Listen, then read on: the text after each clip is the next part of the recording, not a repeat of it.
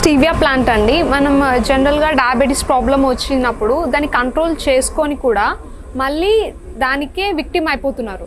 So in that case ఇప్పుడు మనకి stevia అని ఒక ప్లాంట్ ఉంటుంది. దీన్ని మనము షుగర్కి ఆల్టర్నేటివ్గా యూజ్ చేసుకోవచ్చు.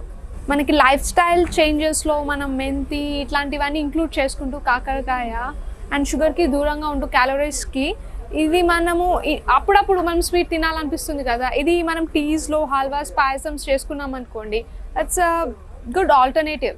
It's our responsibility to be frank to grow a plant. ఏదైనా సరే ప్లాంట్ గ్రో చేసుకోవాలి. అండ్ ఈ రోజుల్లో మనము అపార్ట్మెంట్స్లో ఉంటున్నాము, మాకు అంత ప్లేస్ లేదు అని మనం ప్లాంట్స్కి దూరంగా ఉన్నాము. ఇది డ్వార్ఫ్ వెరైటీస్ అండి. ఇట్లాంటి ప్లాంట్స్ కూడా ఉన్నాయి. ఇది హైబ్రిడ్ కాదు, దీన్ని కూడా పెంచుకోవచ్చు. ఇది గోవా అనమాట. మీకు 3 monthsలో పెరుగుతుంది, 3 feet పెరుగుతుంది, 3 monthsకి ఫ్రూట్ ఇస్తుంది అనమాట. ఇలాంటి ప్లాంట్స్ కూడా ఉన్నాయి. You can have them in your houses, balconies or window cells.